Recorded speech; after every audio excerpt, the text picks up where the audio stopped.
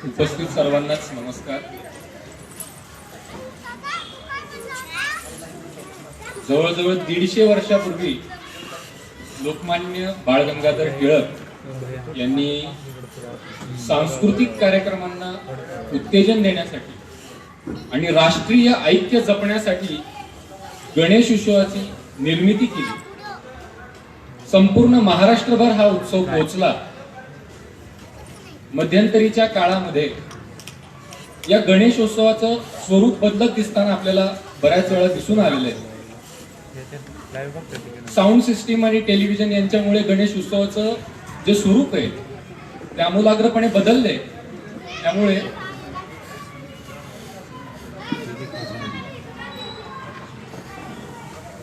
Sound system आणि television यांच्या येण्याने गणेशोत्सव हा आमूलाग्रपणे बदलला गेलेला आहे. लोकमान्य टिळकांची गणेशोत्सवाची जी व्याख्या होती, त्यामागची जी भूमिका होती ती सांस्कृतिक जडणघडणीसाठी महत्वपूर्ण होती. त्यामध्ये व्याख्यानांचा कार्यक्रम असू दे, लेझिम ढोल पथकाचा कार्यक्रम असू दे, हे सर्व कार्यक्रम सांस्कृतिक विकासासाठी आणि राष्ट्रीय ऐक्य भावना टिकवण्यासाठी सर्वात जास्त महत्वाचं होतं. आत्ताच्या काळात हा बदल होत असताना ही परंपरा कुठे मागे राहते का काय अशी शंका येऊ लागली असताना राजतोरण मित्रमंडळाने हा व्याख्यानाचा कार्यक्रम आयोजित करून त्या परंपरेला पुन्हा एकदा प्रवाहित केलेला आहे. त्यामुळे मी विशेषतः राजतोरण मित्रमंडळाचे मनपूर्वक अभिनंदन करतो.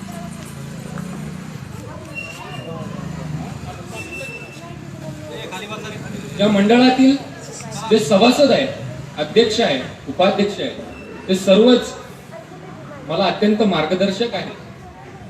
त्यामुळे त्यांच्या समोर बोलण्याची संधी मिळणं हे माझ्यासाठी मोठ्या भाग्याची गोष्ट आहे. आज आपल्या व्याख्यानाचा विषय आहे छत्रपती शिवाजी महाराज यांचे इतिहासातील महत्व. या व्याख्यानाची 3 विभागांमध्ये मी विभागणी केलेली आहे. पहिला विभाग असा आहे की शिवजन्मापूर्वीचा महाराष्ट्र नक्की कसा होता. दुसरा विभाग हा आहे की शिवजन्मानंतर महाराष्ट्र नक्की कसा घडला. आणि तिसरा जी समकालीन लोकांमधून शिवरायांचं व्यक्तित्व कसं फुललेलं आहे, त्यांनी शिवरायांचं व्यक्तित्व त्यांच्या शब्दांनी कसं मांडलेलं आहे, हे आज आपण या व्याख्यानाच्या माध्यमातून पाहणार आहोत, ऐकणार आहोत. आपला हा भारत प्राचीन काळापासून अनेक महान संस्कृत्यांचा जन्मदाता आहे.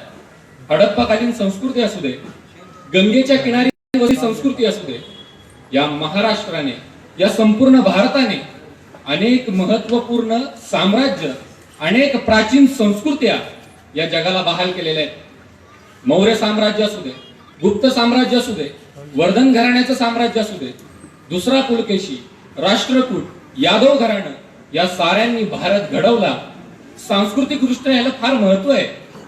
पण हेच महत्व 12व्या शतकामध्ये पूर्णपणे ढळून गेलेलं दिसून येतं. 12व्या शतकामध्ये इस्लामी राजवटींनी जे भारतावरती आक्रमण केलं, मोहम्मद बिन कासिमच्या स्वाऱ्या असू देत, मोहम्मद घोरीच्या स्वाऱ्या असू देत, यामुळं भारताची मोठ्या प्रमाणात आर्थिक नुकसान झालं, सांस्कृतिक अधपतन घडून आलं. इथल्या भारतावरती या परकीय राज्यसत्त्यांनी स्वतःचं अधिराज्य गाजवलं आणि भारत पारतंत्र्याच्या काळवंडात काळवंडून गेला. इथलं स्वातंत्र्य नष्ट झालं आणि भारत पारतंत्र्यात गेला. अवघा समाज या परकीय सत्तांच्या जुलमाखाली दबून गेला. एवढे मोठ्या प्रमाणात धर्मांधतेने अत्याचार या भारत भूमीवर घडत होते.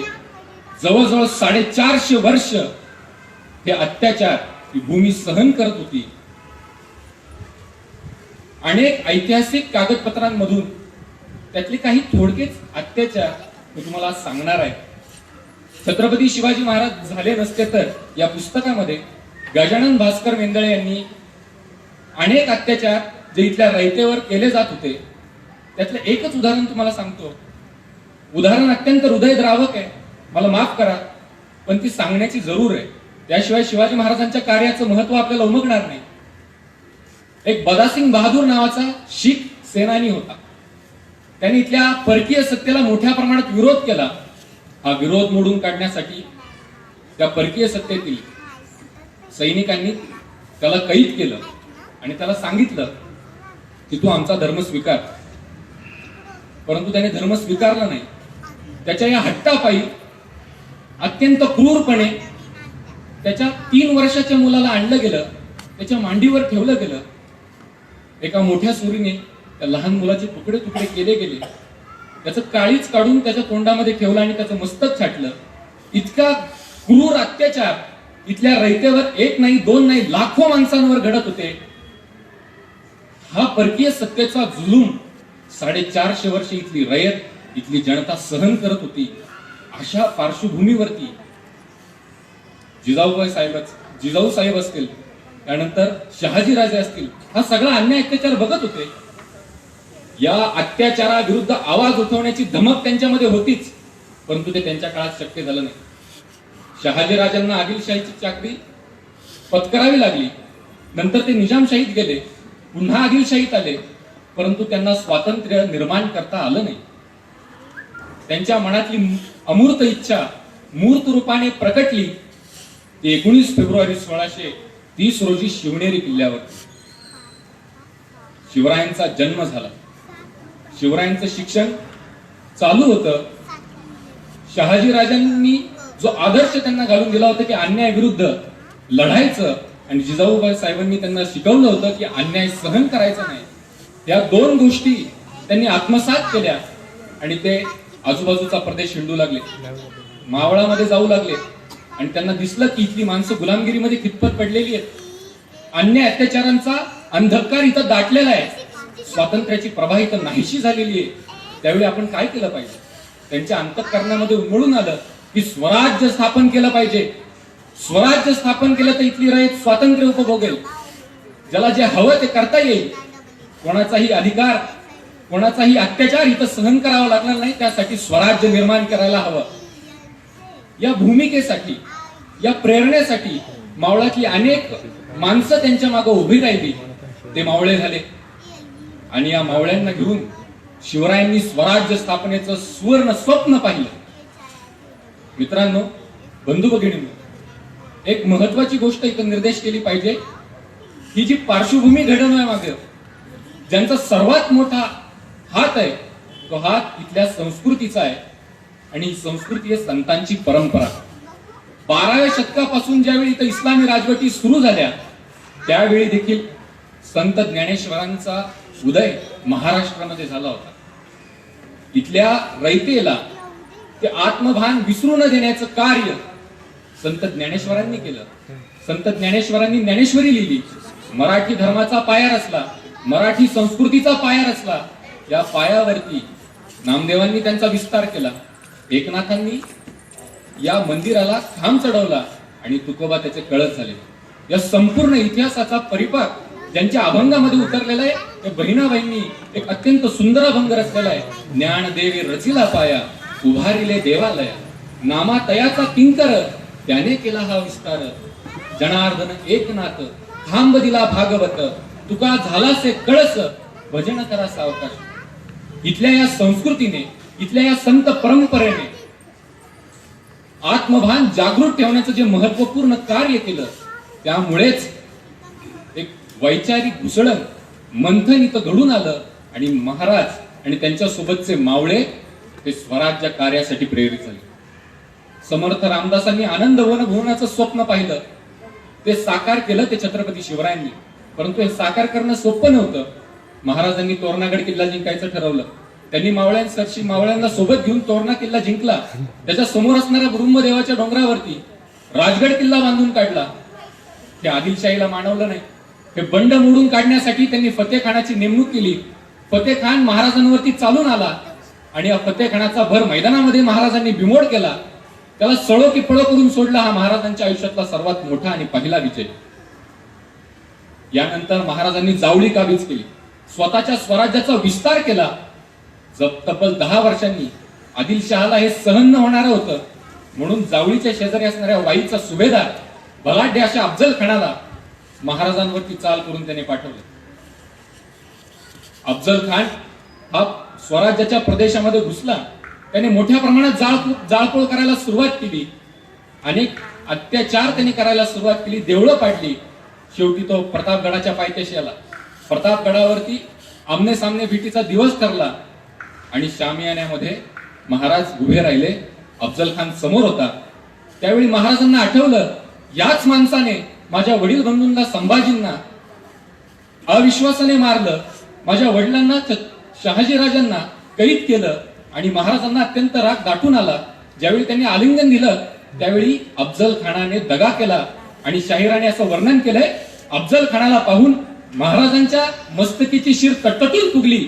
रक्ताने माखलेली वाघनखे कोतळा घेऊनच बाहेर निघाली.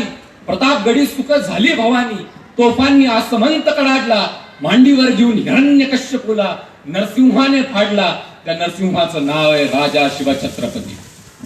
महाराजांनी अफजल खानाला उभा फाडला. परंतु हा महाराजांच्या आयुष्यातला खरं तर सर्वात मोठा विजय. परंतु विजयांनी हुरळून न जाता या संधीचा फायदा घेत महाराजांनी स्वराज्य विस्तार पन्हाळ गडापर्यंत पोहोचवला. महाराजांनी स्वराज्य वाढवलं. महाराजांनी एका क्षणाचाही विलंब केला नाही. यानंतर शाहिस्तेखानाची स्वारी आली. शाहिस्तेखान पुण्यामध्ये तळ ठोकून उभा होता. त्यावेळी पन्हाळ गडावरती महाराजांना वेढा दिला तो सिद्दी जोहरने. सिद्दी जोहरला आदिलशहानेच पाठवलं होतं आणि सिद्दी जोहरने त्याचं काम चोख केलं. महाराजांना त्याने कित्येक महिने पन्हाळगडावर अडवून ठेवलं होतं.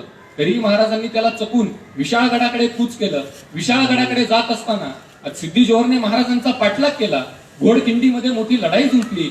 बाजीप्रभू देशपांडे आणि 300 बांधलांनी मिळून शिवरायांचे प्राण वाचवले, स्वतःचे प्राण गमावले, धारातीर्थी पडले. महाराज विशाळगडावरती पोहोचले, सुखरूप पोहोचले. सिद्दी जोहरचा वेढा देखील बिमोड झाला. सिद्दी जोहर आदिलशहाकडे परत गेला. आदिलशहाला अपमान हा सहन न होणारा होता. आदिलशहाने स्वतः जेवणामध्ये विष घालून सिद्दी जोहरचा खून करून टाकला. यानंतर महाराज शाहिस्तेखानाकडे वळाले. त्यापूर्वी कारतलब खान कोकणामध्ये उतरत होता. त्याला त्या खिंडीमध्ये घाटून त्याचा पूर्ण बिमोड करून टाकला. त्यानंतर शाहिस्तेखानाचा बंदोबस्त करण्यासाठी त्यांनी मोर्चे इकडे वळवले.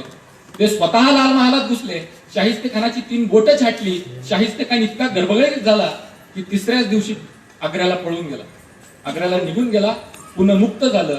नाही तर पुण्यावरती जवळजवळ 3 वर्ष शाहिस्तेखानाने जे अत्याचार केले होते त्या अत्याचारातून महाराजांनी पुण्याची मुक्तता केली. पुढं महाराजांनी सुरतेवर पहिली स्वारी केली. मोठ्या प्रमाणात धनसंपत्ती लुटून आणली. आग्र्याची आर्थिक राजधानी ज्याला संबोधलं जातं अशी सुरत राजधानी महाराजांनी पुरती लुटली. परंतु असं करत असताना महाराजांनी तिथल्या त्यांच्या सैन्याला असे सक्त आदेश दिले होते की एकाही स्त्रीला स्पर्श करता कामा नये. वाटेत जाताना ज्या धर्मांचे धर्मग्रंथ आपल्याला दिसतील त्यांना इजा पोहोचवता कामा नये, त्यांचा अपमान करता कामा नये. ही शिकवण महाराजांनी त्यांच्या सैन्यामध्ये पेरली होती. महाराजांनी सुरत लुटली. सुरतमध्ये असणाऱ्या इंग्रजांना त्याचा इतका जबरदस्त धाक बसला. शिवछत्रपतींचे आरमार नावाच्या गजानन भास्कर मेंदळे यांच्या पुस्तकामध्ये सुरतकर इंग्रजांनी मुंबईकर इंग्रजांना पाठवलेलं एक पत्र आहे. त्या पत्रामध्ये असं लिहिलेलं आहे की सुरतकर इंग्रज मुंबईकर इंग्रजांना काय म्हणतात, हे शिवाजी राजा महाभयंकर प्रकरण आहे. त्याला पंख आहे, तो हवेत उडू शकतो. तो कधी इकडे असतो तर कधी तिकडे असतो, कळत नाही हा माणूस कधी, सावध राहा. इतका जबरदस्त दरारा महाराजांनी परकीयांच्या मनामध्ये निर्माण केला होता. यानंतर शिवाजी महाराजांनी ज्यावेळी सुरतेवरती स्वारी केली तिथली सगळी संपत्ती लुटून नेली. औरंगजेबाला हे कळलं आणि औरंगजेबाचा तळपापड झाला. त्याने मिर्झा राजे जयसिंगाला महाराजांवरती चाल करून पाठवली आणि मिर्झा राजे जयसिंगांनी त्यांचं काम चोख केलं. पुरंदरची लढाई झाली.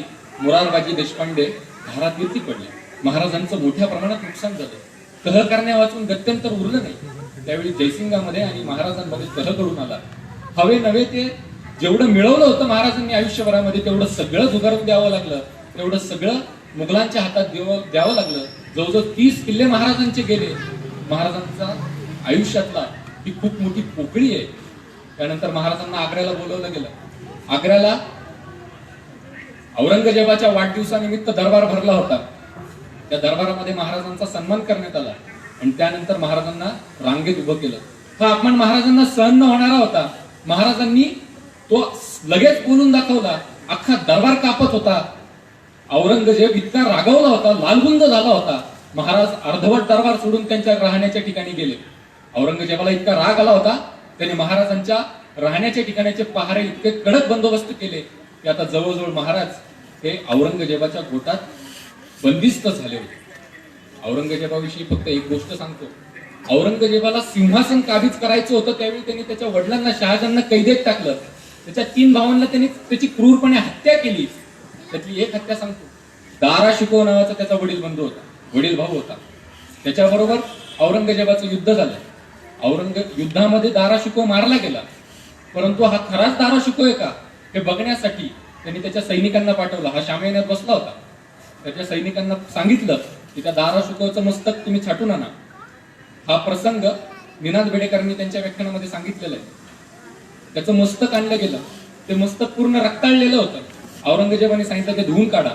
त्याने ते धुवून काढलं आणि दिव्याच्या प्रकाशामध्ये नीट निहाळला. हाच तो दारा शिकोह का ते त्याला खात्री पटली. तेव्हाच त्याने ते मस्तक दुसरीकडे टाकून दिलं आणि हा सिंहासनावर रोड. इतका क्रूर औरंगजेब. त्याच्या गोट्यामध्ये महाराज सापडलेले आहेत. किती अवघड प्रसंग आहे तरी महाराज औरंगजेबाच्या हातावर तुरी घेऊन निसटून आले. ही जगातली अद्भुत गोष्ट आहे. महाराज राजगडावर सुखरूप परत आले. त्यानंतर महाराजांनी दुसरी स्वारी केली सुरतेवरती. सुरतपूर लुटून काढलं. महाराजांच्या आयुष्यामध्ये किती संघर्षाचा काळ येऊन गेलाय. महाराजांना इथल्या रयतेवरती अन्याय करणाऱ्या परकीयांविरुद्ध स्वतःचं स्वराज्य स्थापन करायचं होतं. या इच्छेखातर महाराजांना किती जणांसोबत संघर्ष करावा लागला. डच असतील, पोर्तुगीज असतील, इंग्रज असतील, आदिलशाही असेल, निजामशाही असेल, कुतुबशाही असेल, मोगलशाही असेल, इतक्या शाह्यांविरुद्ध महाराजांचा संघर्ष चालू होता. आणि या संघर्षामध्ये महाराज करून उरले. 6 जून 1674 रोजी तो सुवर्ण दिवस उजाडला आणि महाराजांनी स्वतःला राज्याभिषेक करून घेतला. 5 शाह्या आजूबाजूला नांदत असताना, फ्रेंच, पोर्तुगीज, डच, इंग्रज इथं आजूबाजूला असताना एका माणसाने स्वतःचं स्वराज्य निर्माण करण्याचं स्वप्न पाहणं ही देखील किती अद्भुत गोष्ट आहे.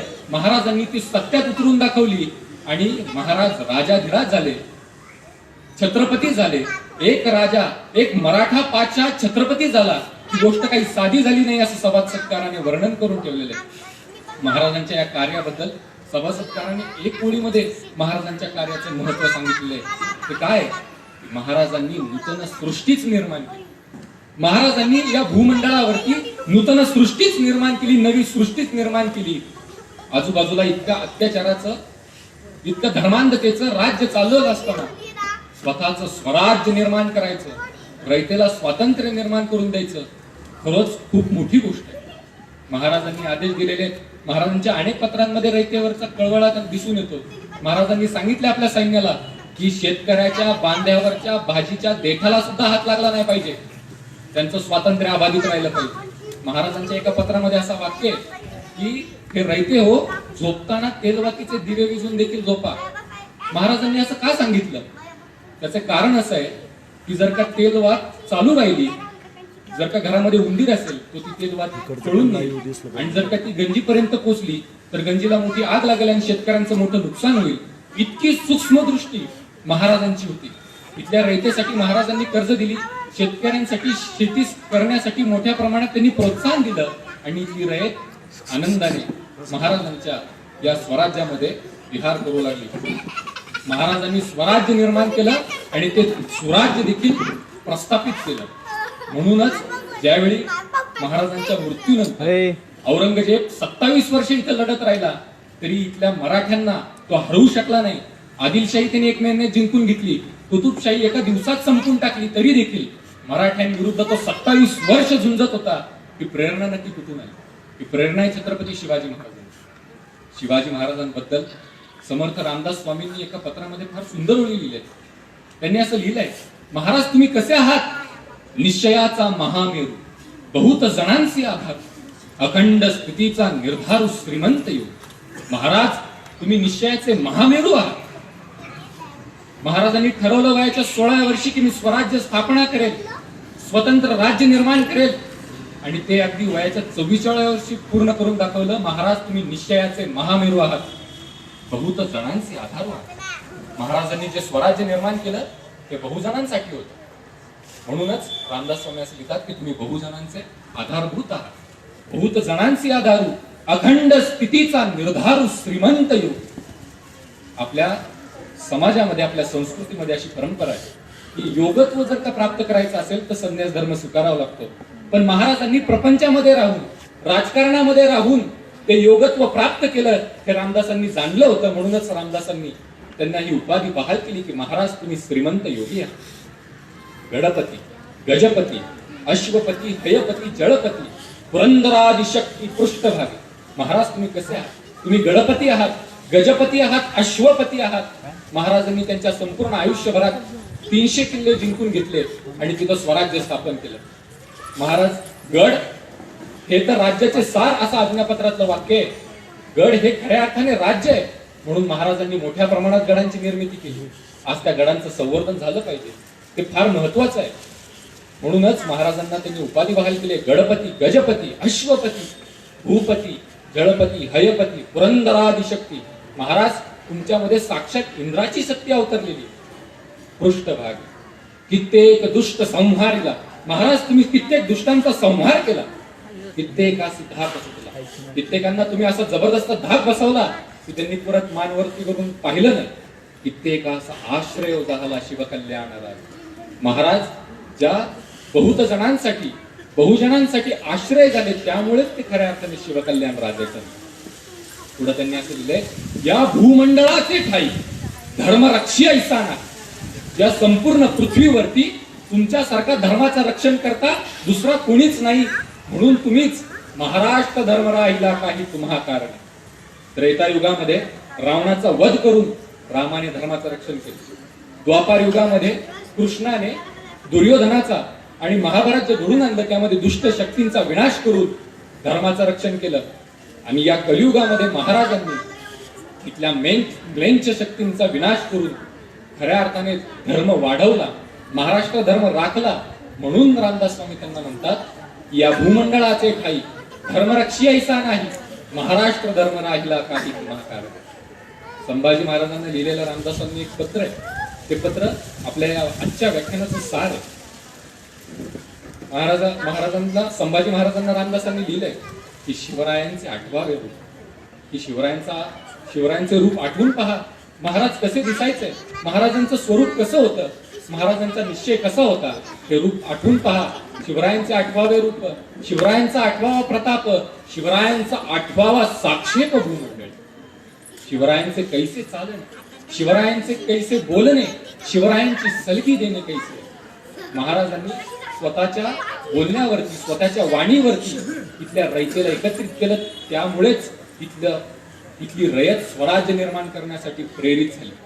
म्हणून महाराजांचे कैसे बोलणे, महाराजांची सलगी देणे कैसी असे. सकळ सुखांचा केला त्याग. रामदासांना हा संपूर्ण संघर्ष माहिती आहे. जवळजवळ 50 वर्षांच्या आयुष्यात महाराजांनी केवढा मोठा संघर्ष मांडला. सकळ सुखांचा केला त्याग, म्हणून त्यांनी सगळ्या सुखांचा त्याग केला. म्हणून साधी जेतो योग राज्य साधनेची लगबग कैसी केली. याहुनी करावे विशेष. काय म्हणतात रामदास स्वामी, याहुनी करावे विशेष तरीच म्हणवावे पुरुष. या उपरी आता विशेष काय लिहा. हे पत्र खूप बोलकं आहे. आजच्या वर्तमान स्थितीत देखील हे पत्र खूप आधारभूत ठरलेलं आहे, खूप प्रेरणा देणारं ठरलं आहे. कवी भूषण नावाचा एक माणूस होता जो उत्तरेमधून शिवरायांची कीर्ती ऐकून महाराष्ट्रामध्ये आला होता. हा शेवटचाच प्रसंग आहे. कवी भूषणाने महाराजांच्या पराक्रमाने तो इतका प्रेरित झाला की महाराजांना भेटण्याकरता तो रायगडावरती आला. आणि महाराजांच्या आयुष्यावरती त्याने जवळजवळ 3 वर्ष परिश्रम करून एक ग्रंथ सिद्ध केला. त्या ग्रंथाचं नाव आहे शिवराज भूषण. ब्रजभाषेतला हा अत्यंत सुंदर ग्रंथ. महाराजांचं इतकं सुंदर शब्दांमध्ये त्यांनी वर्णन केलेलं आहे. इंद्रजिमी जंबपर, वारवसु अंबपर, रावणस दंबपर, रघुकुल राज, दावाधूर दंडपर, चितामृग झुंडपर, भूषण वितुंडपर, जैसे मृगराज, तेजतम अंसपर, कन्यजिमी कंसपर, त्योम लेंच वंसपर, शेर शिवराज. काय म्हणतात कवी भूषण, तेजतम अंसपर म्हणजे ज्याप्रमाणे अंधकाराचा विनाश करण्यासाठी प्रकाशाची निर्मिती होते. इंद्रजिमी जंबपर, ज्या पुरातन काळामध्ये जंबासुराने या पृथ्वीवरती हैदोस मांडला होता त्याचा विनाश करण्यासाठी ज्याप्रमाणे इंद्राने अवतार घेतला, ते इंद्रजिमी जंबपर, वारवसु अंबपर, रावणस दंबपर, रघुकुल राज. त्याचप्रमाणे त्रेतायुगामध्ये रावणाचा संहार करण्यासाठी रामाने अवतार घेतला तेजतम अंश पर कन्या जिमी कंस पर त्यो मलेंच वंश पर शेर शिवराज. द्वापार युगामध्ये ब्रह्म के आनन तेनिक से अत्यंत पुनीत तिहू पुरबाणी. राम युधिष्ठिर के बरने बल्मीकि होव्यास के रंग सुहानी. भूषण यो कलिके कवि राजन राजन के गुण गायन सानी. पुण्य चरित्र सिवासर जयसर न्याय पवित्र पुणिवान. त्याचा अर्थ असा आहे की ब्रह्माच्या मुखामधून निघालेली जी वाणी आहे ती त्रैलोक्यामध्ये परम पवित्र आहे. आपल्या हिंदूंची अशी मान्यता आहे की आपल्याला ही जी वाणी दिलेली आहे ती साक्षात ब्रह्मदेवांनी ब्रह्मदेवांचं ते वरदान आहे. कविभूषण त्यांच्या या छंदामध्ये असं म्हणतात की ब्रह्म के आनन तेने कसे अत्यंत पुनीत ती पूर्वाणी. ही जी वाणी आहे ती ब्रह्मदेवांपासूनच मिळाल्यामुळे ती त्रैलोक्यामध्ये परम पवित्र आहे. ब्रह्म के आनन तेने कसे अत्यंत पुनीत तिहू पुरबाणी. राम युधिष्ठिर के बरने बल्मीकि होव्यास के रंग सुहानी. ज्याप्रमाणे त्रेतायुगामध्ये आणि द्वापार युगामध्ये रामाच्या पराक्रमाचं युधिष्ठिराच्या पराक्रमाचं वर्णन वाल्मिकींनी आणि व्यासांनी केलं त्यावेळी त्यांची वाणी परम पवित्र झाली. भूषण यो कलिके कविराजन राजन के गुण गायन सानी. त्याप्रमाणे कलियुगामध्ये इतर नृपनरेशांचं वर्णन करून माझी मलिन झालेली वाणी हे शिवाजी राजा. ब्रह्म के आनन तेनि कसे अत्यंत पुनीत तिहू पुरबाणी. राम युधिष्ठिर के बरने बल्मीकि होव्यास के रंग सुहानी. भूषण यो कलिके कविराजन राजन के गुण गायन सानी. पुण्य चरित्र सिवासर जयसर न्याय पवित्र पुणिवान. या इतर नृपनरेशांचं वर्णन करून माझी मलिन झालेली वाणी हे शिवाजी राजा तुझ्या चरित्र गायनाने पुन्हा एकदा परमपवित्र झालेली आहे. हीच भावना मला असं वाटतं इथल्या उपस्थित असणाऱ्या श्रोत्यांच्या अंतःकरणामध्ये आणि माझ्या अंतःकरणामध्ये दाटून आलेली आहे. तिला पुन्हा एकदा स्मरण करतो आणि थांबतो. जय हिंद.